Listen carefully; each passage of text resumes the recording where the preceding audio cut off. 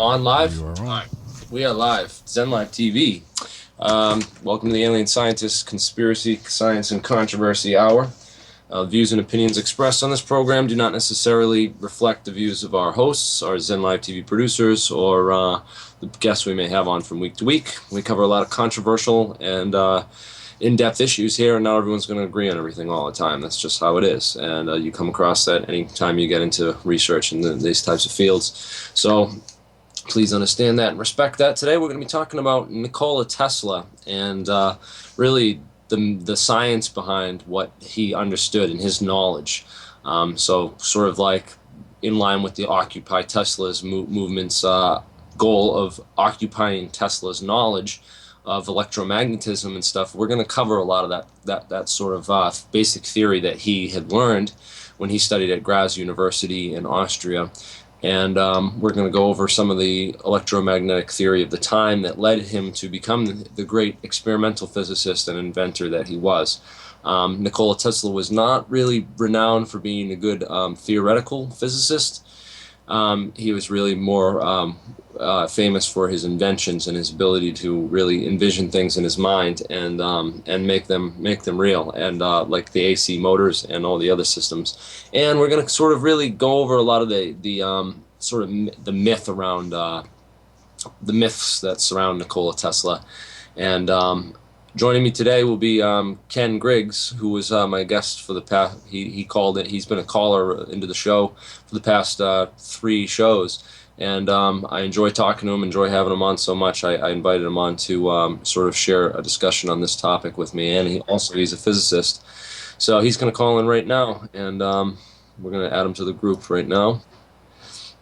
Hey, this is Ken. Jeremy? Hey, Ken. Welcome to the program. And for those of you who don't know who Ken is, Ken, why don't you give yourself a quick introduction? Well, my name is Ken Griggs, and I am a theoretical physicist. I work on quantum theories of gravity. And in a last posting, I was working with the Patent and Trademark Office. Let's see. I've got stuff out there online as well on additional information about quantum gravity and stuff like that. But overall, my research deals with unifying quantum mechanics and general relativity. Awesome. That's right in line with the kind of stuff that I like to talk about as well. Today we're going to be talking about theories of electromagnetism and really occupying Tesla's knowledge. I really want to try and get as much of an understanding as you can sort of pass on to someone through the internet and through a video forum like this within an hour time slot. Really, if you really want to learn electromagnetic theory, I'd say take Physics 2 and maybe electromagnetism if you have the calculus background to really get through the all the differentials and the integrals and stuff.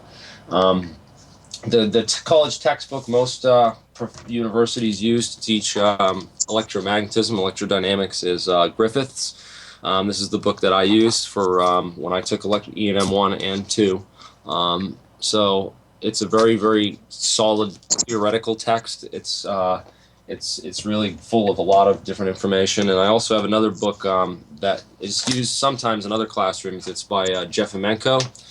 And Oleg Jeffimenko, he's actually one of the guys that expanded upon Maxwell's theory, his Maxwell's equations, and sort of added in for the expression of what are called retarded times. I know it sounds like why would they name something retarded times, but it's actually what it is it takes a certain amount of time. The photons from a moving electrical charge travel at the speed of light, so they have a certain time delay before the actual message reaches the observer saying that, oh, the photon, I'm here, So what happens is if you have an electrodynamic system where there's a moving electron, the electron might be in a different position than it was from where you're seeing it. So you're actually seeing what is called the retarded time, or the retarded. It's backwards. It's basically it sounds kind of like I'm saying it's stupid or something, but no. Anyways, forgive the physicists and mathematicians for the choice of words that they use. Forgive them. Yeah, really. Oleg Jeffimenko basically incorporated into Maxwell's equations for this time delay in the theory, to incorporate for that to make a more complete version of Maxwell's equations that were more complete. And then, as Ken was telling me earlier, those have been expanded upon even further by Freeman, Dyson, and Richard Feynman, in their formulation of electro-weak theory and unifying the laws of electromagnetism with the weak force. So theoretically, and scientifically, we have a lot more understanding of the laws of physics and the laws of electromagnetism than Nikola Tesla did when he lived and made his inventions. Um, so it's actually, I find it funny when I go to some of these papers. I read stuff about Nikola Tesla, and there's this one meme I see around. It's about the 3, 6, and 9, and I have a picture of it I put in that Dropbox folder. And I guess there's some quote from Nikola Tesla somewhere that said, "If you only knew the magnificence of the 3, the 6, and the 9, then you would have a key to the universe." And that picture that I have is sort of got that design that was, I think Marco Rodin was the original originator of that whole thing, and I'm still not quite sure how it applies to any physical system or give you real calculable results of anything related to electromagnetism. But it's one of these things I see repeated a lot by people who really don't understand the science of electromagnetism, or what really Tesla knew or understood in order to make his invention. So um, supposedly we're going to try and really break down in this hour and explain what the laws of electrodynamics are, as far as we understand them to date, and really help people sort of with a more firm understanding of, maybe not the mathematical formalisms that are going to be thrown in front of you, but we're gonna physically describe what those mean, and mathematically they give exact results. Those are real numbers that we can calculate, and then you can go out in the lab and measure, and they've been tested by experimental physicists in every college physics classroom that pretty much learns this stuff. You don't just in physics too, more so than, because that has a lab, whereas the more advanced theoretical E&M courses don't usually have labs to go with them. Right. But in the labs, you do a lot of these experiments where you put current through a wire and measure the electric field that comes off it. And what happens is, if you have a current traveling through a wire, it creates a magnetic field which which loops around the wire, actually this way, sort of in the direction of, it's called the right hand rule. You point your thumb in the direction of the current, and you curl your finger, whatever direction your fingers curl is the direction that the magnetic field goes. And that's just a convention thing. I mean, really, you could say, You could have the left hand rule. That's right. yeah, you could have the left hand rule and just point it the opposite way. So, and it would be the same. So it's, By the way, is there an image of me coming across? Because I'm making hand gestures and I'm not sure. no, I don't think so. Unless do you have your camera on? No, you don't. I don't think. I But thought I did. Okay. it's So let me okay. do this. Oh, is that all right? Okay. That's fine. If you need me to make any hand gestures, I'm sure I can I can supply that. But anyways, probably There's no back. middle finger rule. Yeah, yeah. We go way back in the history of electromagnetism, and probably, apparently, like, I think the Egyptians were the first to discover. They made a chemical battery out of grape juice and copper sleeve and stuff. They found some of these pottery shards, and they were talking about that it was possibly used to make for electro coating of materials. Yes. Somehow, that maybe they figured this out a while back. I don't know how much in-depth scientific knowledge they really had, or whether or not, there's a lot of debates on what kind of knowledge the ancients really did possess, and I really don't think it's on the level of the theoretical understandings that we have today with the mathematical formalisms that have been derived by scientists in the past 150 years. But certainly their accomplishments aren't to be denounced either, because they did figure out a lot of interesting stuff. But probably the first person to really write it down in any sort of academic formalism was Charles Coulomb. Hmm. Charles de Coulomb was a French physicist and mathematician, and he sort of did a lot of experiments with electric charges, and I believe he might have been was he the first one to discover that electricity and magnetism were related, or he just basically was that Ampere? Coulomb discovered no, Coulomb was only with the electric charges. It was Electrostatic. Ampere. It was Ampere that discovered that there was a relationship between magnetic fields and electric fields. That's right. Right, and then that was even further elaborated upon by Michael Faraday, and That's right. Michael Faraday was In really the fact, one.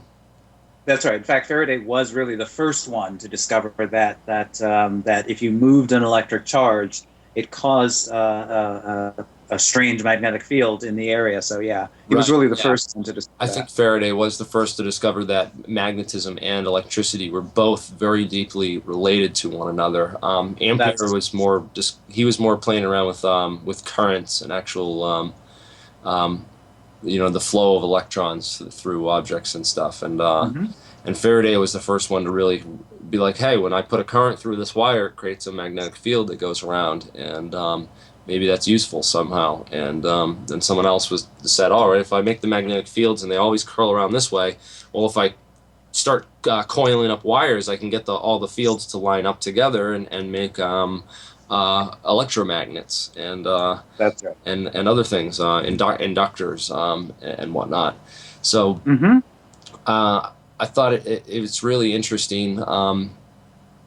It's really interesting how like these independent scientists discovered all these things, and then Maxwell sort of formulated them all into Maxwell's equations, where he said, "Okay, well we have Ampere's law is here. This is Faraday's law and Gauss's law, Carl That's Friedrich right. Gauss, and his thing, and then of course the no-name law, which is just magnetic fields don't diverge. The divergence That's of magnetic field is zero. That There means are this, no magnetic monopoles. That's right. no monopoles. Always you're going to have a north with a south, and the same amount of norths with the same amount of souths, and That's right.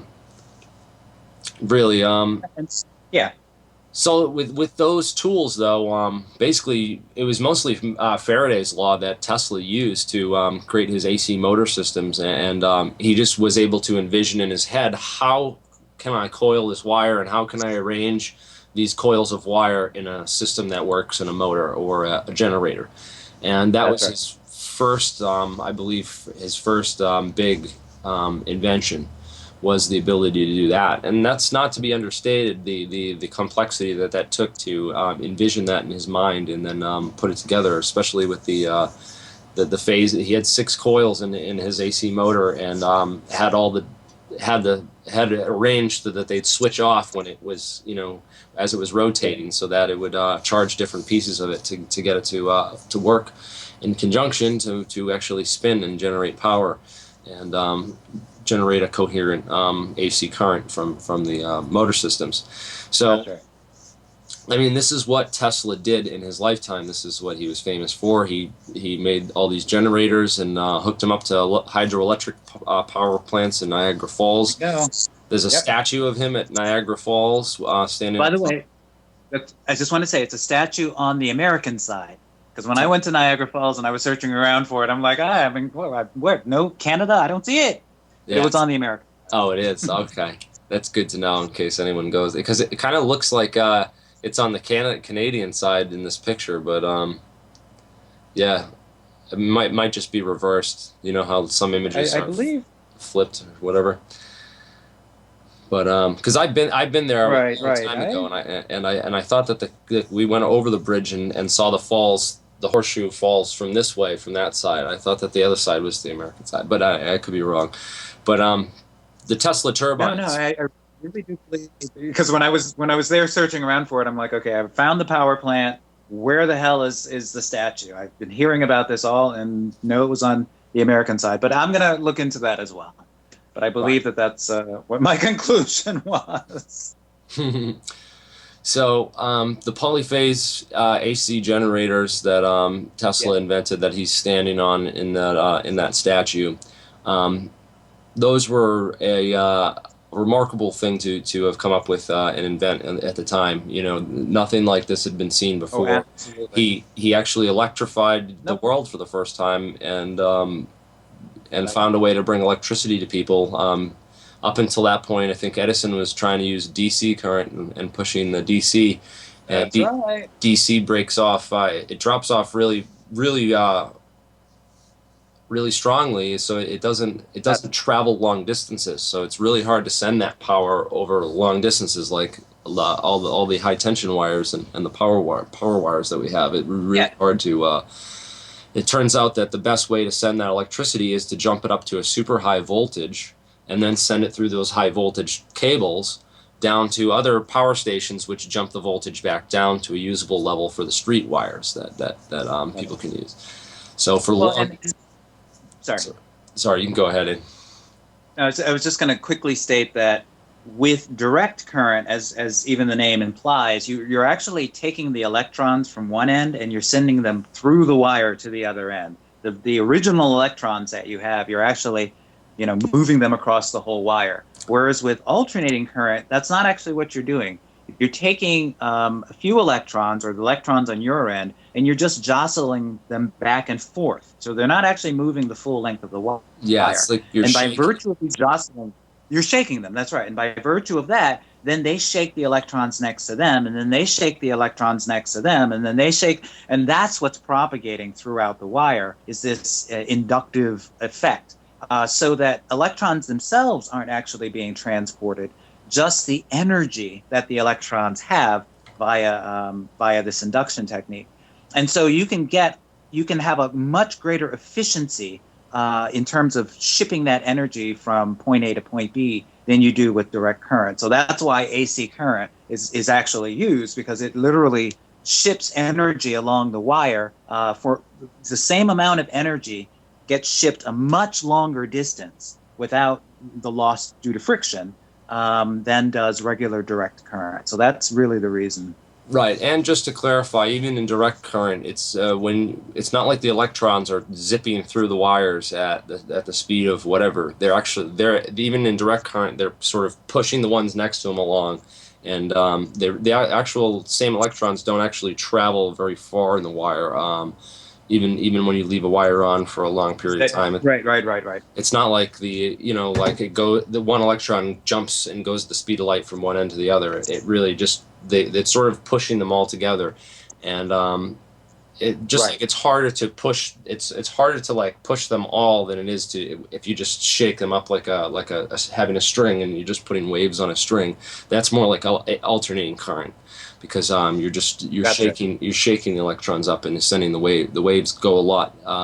They propagate a lot more efficiently than trying to just push the electrons through and sort of force the next one over. And so, yeah. That's So right. And, I just wanted to clarify that. Thank you. But That's right. And you can achieve basically a much greater frequency, obviously, when you're just shaking them as opposed to just shoving. yeah, even pulsed DC, you can't get anywhere near like megahertz or gigahertz frequencies, or what would be required for even radio waves. And, That's right. but Michael Faraday and Ampere and Gauss and all these guys sort of set the foundation, and Coulomb. They sort of set all these foundations up for electromagnetism, and then James Clerk Maxwell came along, did this whole vector field equations and the formalisms of just putting it all into a vector field, and sort of unified electromagnetism to a certain extent. His wasn't perfect. He made a correction to Faraday's law as well for the. That's right. He added that extra term in there for the time divergent magnetic fields or electric fields, creating magnetic fields as well as the current going through the wire. But also what That's right. Maxwell figured out is that if you do some mathematical gymnastics, you can rearrange Maxwell's equations into what looks like a wave equation, and the speed of that wave equation turns out to be the speed of light. So that he figured out that not only are not only do electromagnetic waves, not only is electricity and magnetism related, but it's also connected to light. Light is also electromagnetism. It's also electricity and magnetism. So that the light you see is electromagnetism at super high frequencies. It's actually terahertz frequencies. Somewhere like, what's terahertz? I think 10 to the 12th or something like that. Hertz. I think it is 10 to the 12th. Yes. So it's very, very high. That's much higher than say megahertz or gigahertz. Megahertz is what you listen to when you turn into your radio, like 101.5, the oldies here in Boston. It's probably different depending on where in the country you are. But 101.5 megahertz is the frequency which they broadcast that particular station on. And so radio and a lot of the inventions of radio and whatnot were based on Maxwell's theory and his understanding that light was an electromagnetic wave, and that all these electromagnetic waves propagate at the speed of light according to the laws of physics as they were derived. And so there's a lot of debate on whether or not Tesla actually discovered radio rather than Marconi, who's credited. Of course, Marconi Beach is here in Massachusetts, right out in on the Cape, almost to Provincetown. And Marconi Beach right there is where he sent the first radio signal from, and he got the credit for discovering radio, or being the first to do radio, even though Tesla probably discovered it, or at least played with it in his lab beforehand. Well, it's funny because you're right.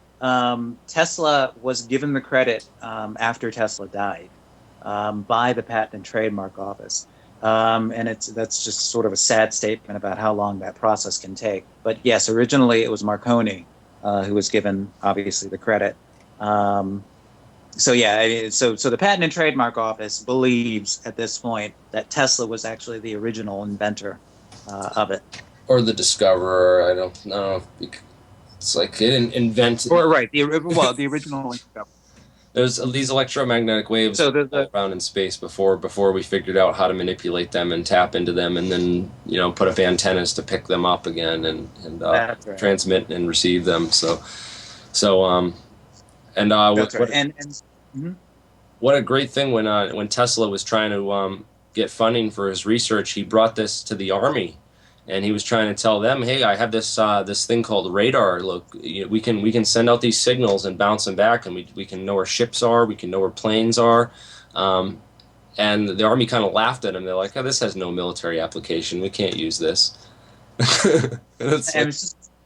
It's profound. It is absolutely profound how short-sighted we can be when someone's telling us something like that kind of an invention, or even what Da Vinci came up with many times over, that, patrons said, oh, no, it's useless. No, really, it's not useless. The radar is what's going to win World War II for us, by the way. Yeah. As well as nuclear bomb. So, no, it's not useless. So I guess Roosevelt must be given credit for having the vision to see that nuclear something might actually help us to win a war. Sad, but he at least understood its importance. Again, unlike the Army, as you're saying, with respect to radar. That just blows my mind that they were they totally they just had no idea what fell in their lap, the secret weapon that they could have had. I like a friend of mine's quote. It's like giving a 4-year-old a chemistry set or something. They don't have the moral love. Yeah, they don't have the understanding. That's exactly what it's like. They're dealing with. It's like. So I just thought that was interesting, and then it's sad. It's. Sorry. Go ahead. No. Go for it. Well, actually, we're about wrapping up to break time pretty soon here, so we can take a break at any point. When we get back, I want to talk about Wardenclyffe, the wireless transmission systems, and some of the myths and the real science behind on free energy that Tesla was dealing with, and telluric currents, which are the Earth geocurrents, sending current through the Earth, and also I want to talk about some more Tesla's more obscure legacy, because he did fancy himself as a wizard and this sort of mad scientist to the world, and he sort of reveled in a lot of articles published on him, portraying him as such, and he sort of liked that air of mystery and wonder, and sort of seemed to like to play into that a lot, especially with we'll talk about the Tesla's death ray, and some of the other things that he was left behind, and then the possibility that maybe he had some other inventions and some other knowledge that was either lost or kidnapped by the FBI, taken when right that we don't know about. So. This stuff that we don't know about. I mean, we'll talk a little bit about that, but I mean, really, without anything solid, we don't really know for sure what he could have been working on. But we'll wager some guesses and go and venture down into that whole area at the end. But I'm glad we went over all this stuff for electromagnetism, and I hope that people go out and research Coulomb's law and research who Michael Faraday was or Ampere, and go to the library, and there's books on these people. They were giants of their time. They were like the Stephen Hawkings of their day. That's right. That's exactly right. Or even the Sir Isaac Newtons of the day before them. Yeah, they really transformed, and because of them, Einstein was able to do what Einstein was able to do. So, right. Hey. Tesla used their knowledge. That's the knowledge that Tesla used to basically create all of our modern electrical system. Just from, these guys sort of were playing around in labs and figured this stuff out, and Tesla's like, well, I can build a power plant, and we can use this power to distribute it in all these different ways. And he's one of the greatest electrical engineers that ever lived. And he's really an experimentalist and an electrical engineer, and not really as much of a theoretician or this sort of genius who had like secret insights into all the laws of physics, because obviously we have other people that who we'll talk about that went and took Maxwell's equations and actually made the theoretical formalisms. Tesla wasn't superb with. I'm sorry. Live from the studio, I have to interrupt. We're gonna have to cut to a commercial break. Absolutely, we'll see you right back when we're done with this commercial. Thank you. Fantastic.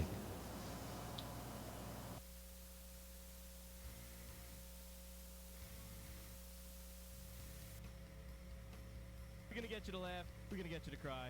We might get you to jerk off. We're not really sure. Chicks with strap-ons, and you're engaging in sexual congress with a transsexual. I had no idea. Tell me more. Yeah. On a world where Broken Filter Live could thrive. So, giddy up!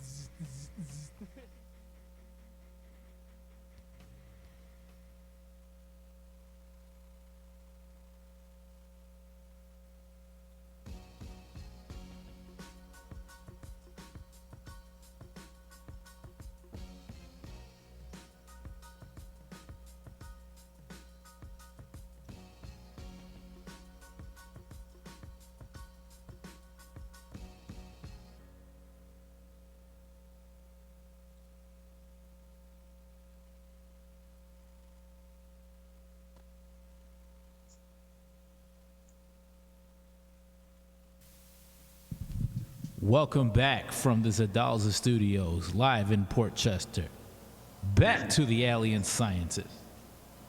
Thank you, Alex. And we're back. We're talking about Nikola Tesla, his life and legacy, the real science that Tesla had, the knowledge base that he sort of came from, his background, the laws of physics that were really Maxwell's equations were written right around the time that Tesla was graduating from Graz University, I think maybe a couple of years before. And so he was really fresh on the cusp of this new discovery, this new wave of understanding of the laws of electromagnetism, and he used those understandings of the laws of electromagnetism to create his inventions that really rocked the world and really awed the world with his ingenious creativity and the fact that he brought electricity to people and changed people's quality of life, their way of living, and so much more through his inventions. And really wanted to do this opportunity to teach people about what those laws of those laws and those understanding of the science that he used and understood to create most of his inventions, and sort of really try to separate the myths of like what was this guy all about? Did he really have secret or esoteric knowledge of things? How deep did that go? Could he have been onto any kinds of new discoveries and whatnot? And why don't you start out with the we have this Maxwell's new theory, the electromagnetic theorem, with that Freeman, Dyson, Okay. and Feynman basically came and expanded upon Maxwell's equations to. Yeah, I'm not sure exactly the time period. It's probably back in the 50s and the 60s, but Richard P. Feynman and Freeman Dyson began to work on a generalization of electromagnetism, and in their general, part of the reason for generalizing it was to really look at quantum field theory and place those two concepts in the same formalism.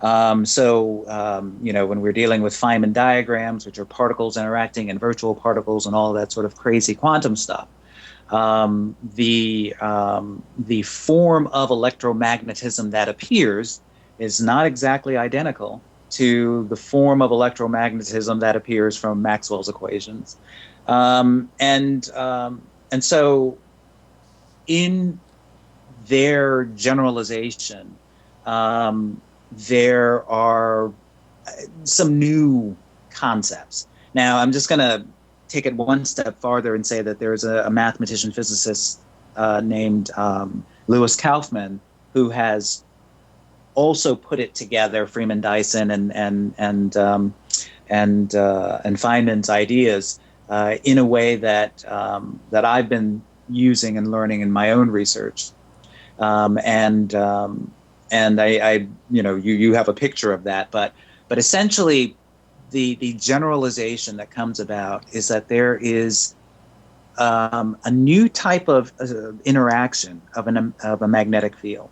Okay, so as a background, two of the mathematical things that we use in Maxwell's equations, one describes how currents flow outwards or flow inwards, and we call it a divergence. But this mathematical tool enables us to measure, again, how charges or currents flow out from a source or how they flow into a sink. And that's how we usually describe current flow. And another tool is called a curl.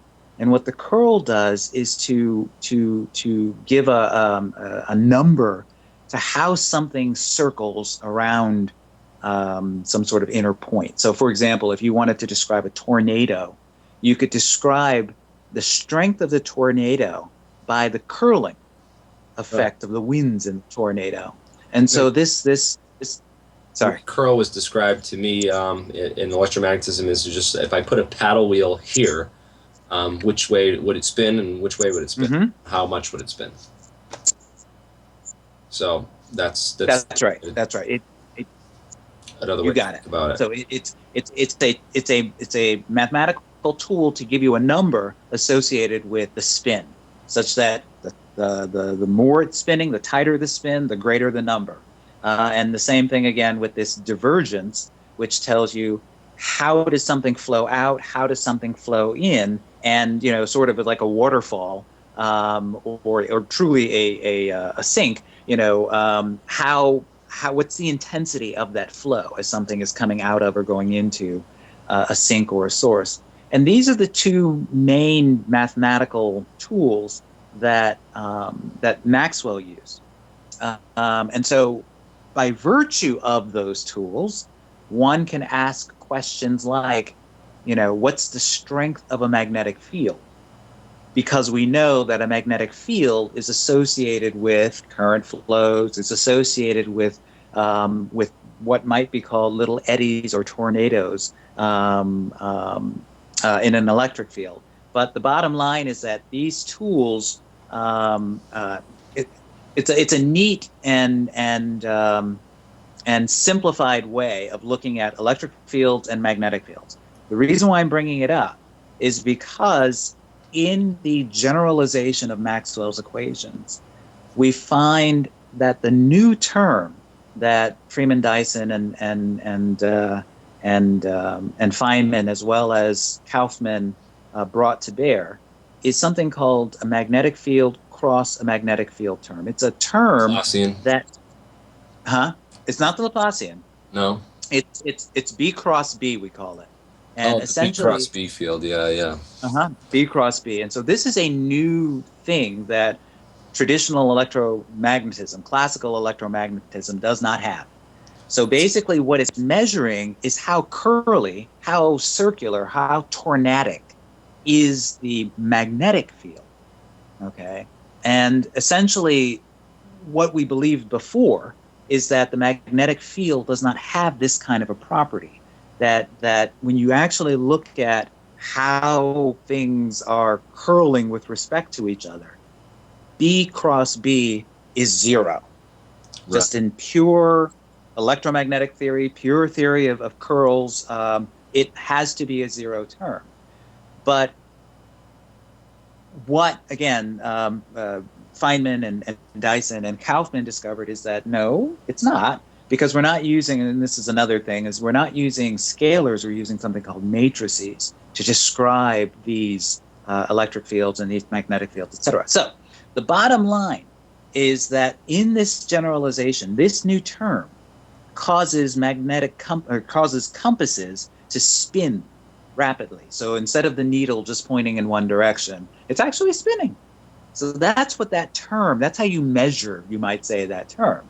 And obviously, you know, with respect to how people are talking about UFOs or how people are talking about, you know, ley lines, et cetera, this is sort of a common feature that they seem to talk about, or the Bermuda Triangle or stuff like that. So so what I'm trying to get across is that there is actually a physics generalization of electromagnetism that does have this strange but very tiny property.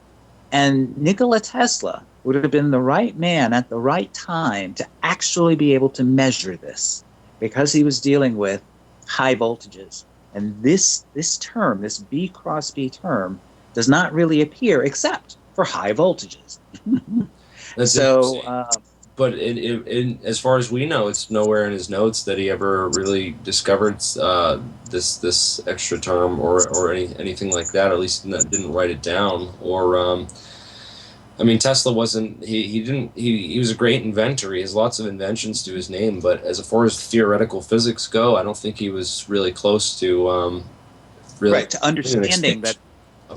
Upon Maxwell's equations or coming up with the stuff that Dyson and Feynman did. I don't think he was on a different level than them in a different way. That's right. And he was just the right man at the right time, I think. That's right.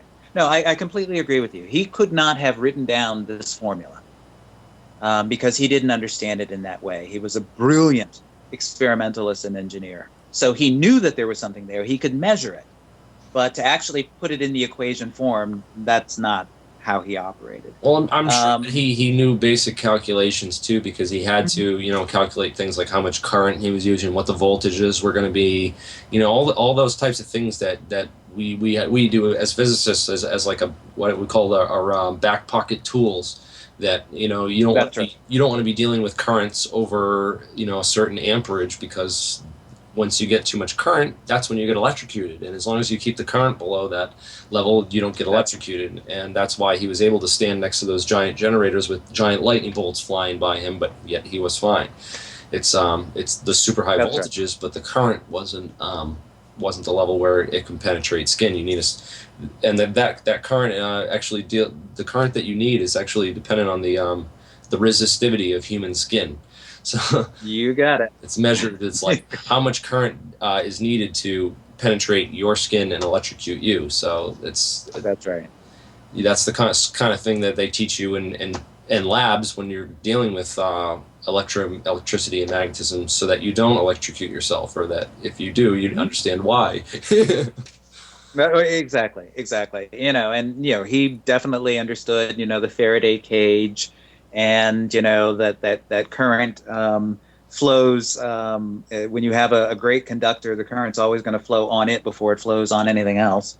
But yeah, you're absolutely right in that he did have an understanding. And I guess what I would point across is that, when you're solving Maxwell's equations, that this is what theoretical physicists sometimes love doing. But the idea is that the actual usable equations are on another level, and that's really what you're talking about. Is that Maxwell brought together a lot of usable equations and made a beautiful generalization, so that you could literally come out with other usable equations that weren't apparent at the time.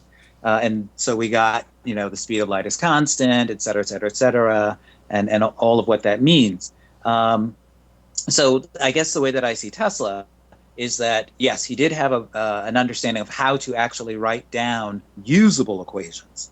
So let me put it this way. It's not really solving necessarily Maxwell's equations per se, but that, after a lot of work from Maxwell's day, people did have solutions that were usable. So I guess I'm in the camp that that Tesla, again, being a great experimentalist, was really using the quote usable form of Maxwell's equations. For example, Faraday's law.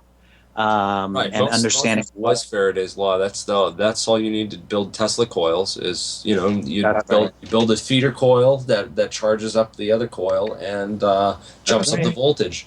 And as long as you understand Faraday's law and just some simple mathematical rules, I mean, you can calculate.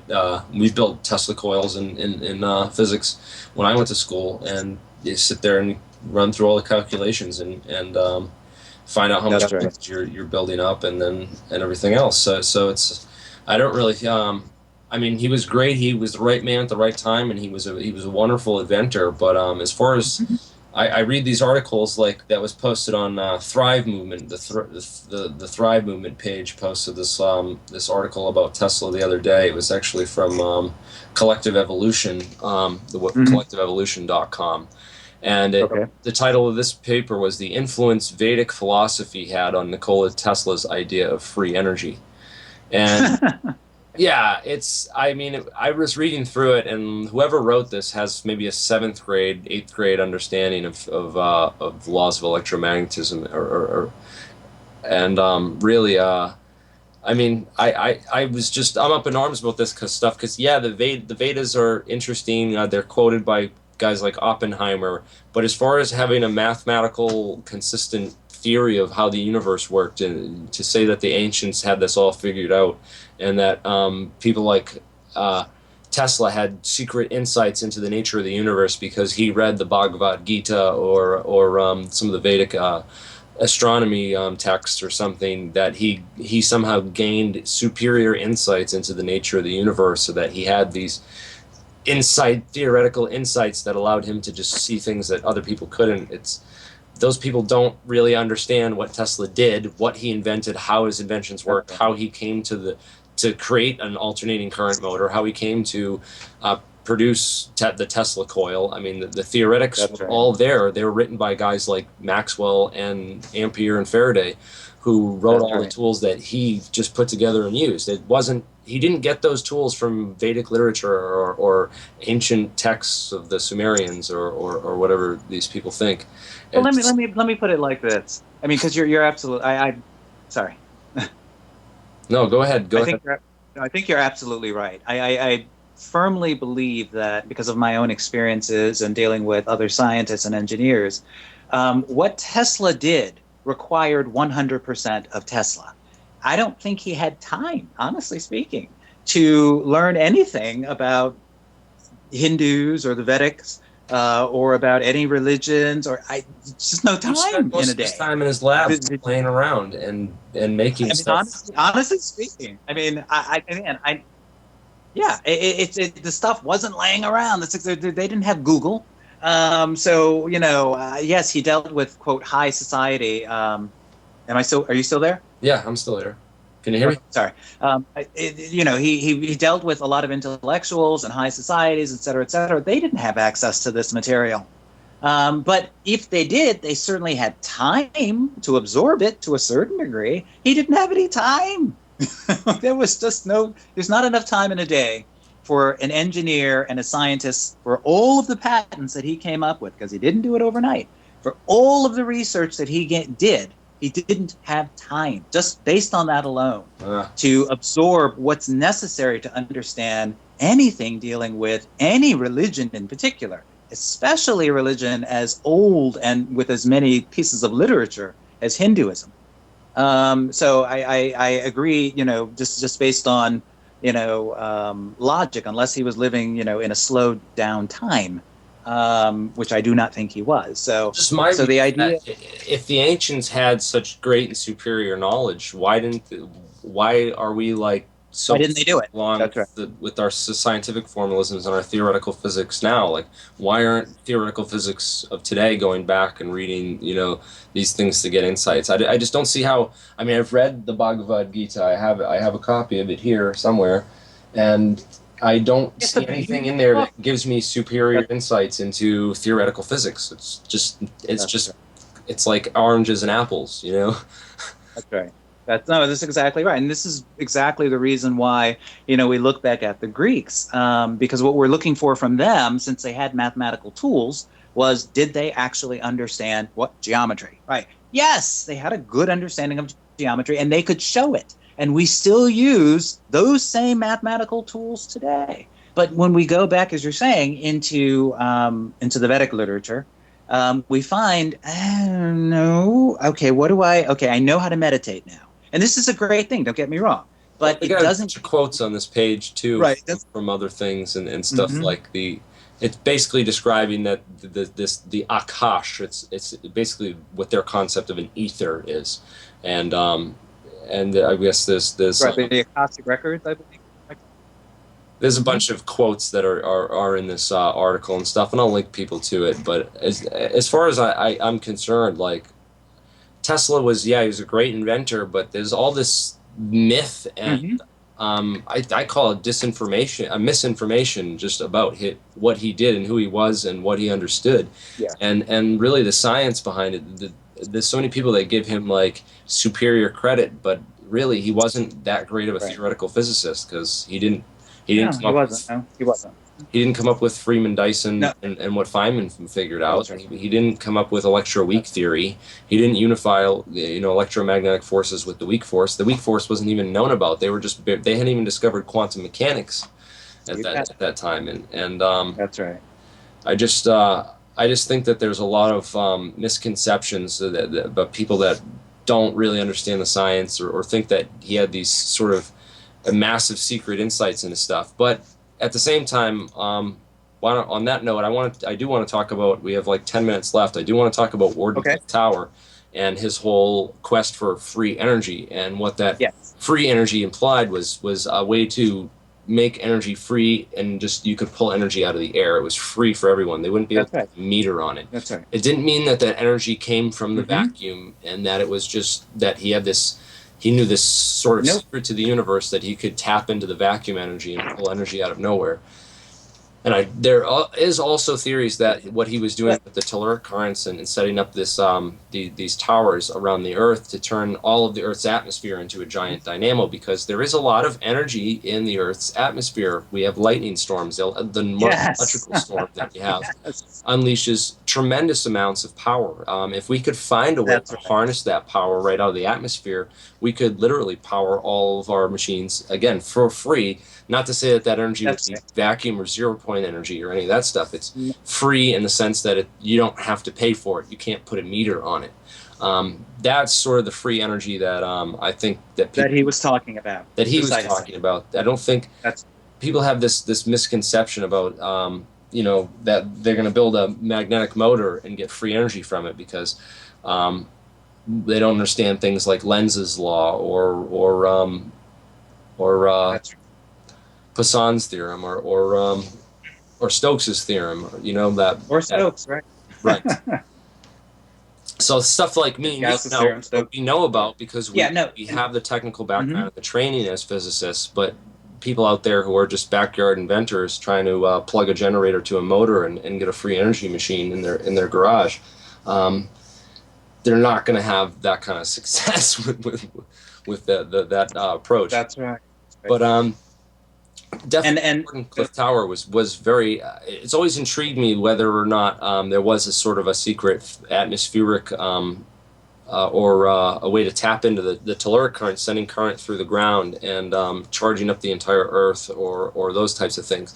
I still am curious about how far that sort of research or that technical field could go, because of things like HARP, really high frequency active auroral research program. It's the same type of idea. He understood that these high frequency currents, you could send them really long distances, and once you got up to a certain point, you could send them around the entire Earth. that's right. You just send them up and you shoot them to the ionosphere, and you can literally, these currents go all around the entire Earth. And that's sort of That's right. Let the ionosphere act like a mirror. right. And that's a lot of the concept behind HARP. But as I mentioned before, the secrecy and all the stuff surrounding HARP is more because the ionosphere is used as a communications relay. We have to, for over the horizon transmissions, we have to bounce signals off the ionosphere. And if there's severe weather in the ionosphere or the upper atmosphere, then those signals become really hard to send. They become meshed and jumbled and scrambled. And sort of a lot of the research and military application and the military interest in HARP and those things are because they can disrupt signal communications with HARP. And by turning HARP on, they can sort of block these things like the woodpecker signal, like I talked about in my video that I put together on HARP, and the whole theories and ideas about that. But Right. still, there is power in the atmosphere. There might be a way to tap into thunderheads and get power out of clouds, but I don't really know how to do that without a 3-mile tall tower, and are finding some way to plug a lead wire directly into the upper atmosphere and then get it to power to ground. So there are technical problems with that. I mean, theoretically it's possible. There's energy there. There's definitely power there. It's we can calculate how much it is. Excuse me. Average I'm sorry lightning to storm. interrupt. We're at the 5-minute mark. I just wanted to ask a question real quick, because you guys are special at what you do. I don't fully understand the whole conversation, I'll be honest. But I figure right. if I can throw in a question real quick, because it's kind of relevant to the topic. I don't know Absolutely. if you've Go heard ahead, of man. I fucking love science.com. It's iflscience.com. I don't know if you heard of it before. But Yeah, I follow them on Facebook. They're Okay. great, man. right? They come up with some great categories. But there's this newest one Exactly. that says cigarette butts Exactly. can be used to store energy. Now, I just want to throw that in the mix. You guys go ahead and have a wonderful conversation. We got about 4 more minutes. Go ahead. I'd have to read the article because I don't know what type of what they're talking about. I mean, is the foam material in a cigarette butt the filter? Maybe it's a dielectric. You can use it to store charge up like a capacitor and discharge it. I don't know. Well, I'd have cigarettes to are read made the out article of to like see. a billion different ingredients. According to the article, researchers have converted cigarette butts into a material they hope to use as a coating for the electrodes of supercapacitors, electrochemical components for storing huge amounts of energy. Right. That's I don't know what that means. that's one of the dielectric pieces on a capacitor. That's kind of what I was thinking along the lines of when you mentioned it. Okay. But it's certainly So the article is interesting. basically I think turning trash into I think that sort of, because they're using cigarette butts, it's sort of this pop culture thing. It kind of gets more attention, and that's sort of why they've made a big deal out of it. But I know there's a lot of other materials that can be used to build anodes and cathodes in capacitors that are very effective. Spinels is one type of it's a crystal that's used. There's a bunch of articles that came out about using spinel anodes. And there's lots of other materials I'm sure they could use, and material science is a very complex and probably a little bit off topic for this discussion. But no, that's interesting. Thanks for bringing that up, because yeah, check that out. for bringing that. But again, it's based. That's basic electromagnetism. And this is sort of on to what Ken was talking about, where you're getting down to the quantum level, because material science and That's right. what works inside semiconductors and things like that are exploiting these types of things, the quantum interactions of and the great case of that is the LED. the LED. Yeah, Okay. perfect example. We've got this diodes. very. We all have them. They're in your cell phone screen. All this. They're in most of your monitor screens are LED screens now, unless they're plasma. That's but, right. But yeah, the same exact idea that these materials, you're exploiting tricks that work. I mean, these things don't appear in the general formulation of Maxwell's equations, but when you start getting into this quantum level, sort of these things appear, and these tricks That's can right. be used to build things. So. It's definitely very interesting. But yeah, I thought this was a great episode, man. We're gonna wrap it up.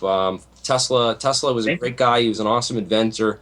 I don't think he was the best theoretical physicist, because we have the theoretical physics and the stuff that he understood. And I'm glad we sort of went over a lot of the stuff. I mean, this is really heavy stuff. This requires probably 3 semesters of college courses to really cover all the material in the depth that it deserves. But at least to give you, scratch the surface, to show you what kind of knowledge Tesla had, what he used to build and create his inventions. And most of it was Faraday's law, like I said. And, That's right. And really, it's there's a lot of the man, the myth, and the legend. You know, there's truth here. There's some truth here, but there's also a lot of I think misinformation and just sort of That's right. people. And I would say really quickly, the whole mystery, Just the whole be very- idea of mystery. You know. that's right. And that whole idea of mystery Wait, promotes 1 minute, deification. 1 minute. Just be I'm careful. sorry, excuse me. Begin excuse to me. deify. We're about to sign off real quick. So if there's anything that you want to promote, and definitely promote next week's episode, let everyone know right now. All right, thank you. Yeah, Zen Live TV, as always. I'm going to be posting the archives of this. We'll have another show on next week. I'm trying to get more people on. Not exactly sure of the topic we're going to do next week, but every Saturday, tune in here live, Zen Live TV. I'd love to get people calling in with more questions and get to answer people's questions out there, because we do have great callers like Ken that come in, and look, he's now a guest on my show. He might become a regular. Thank you. So anything else you want to say, Ken, before we sign off? No, just say thank you. This was a great episode.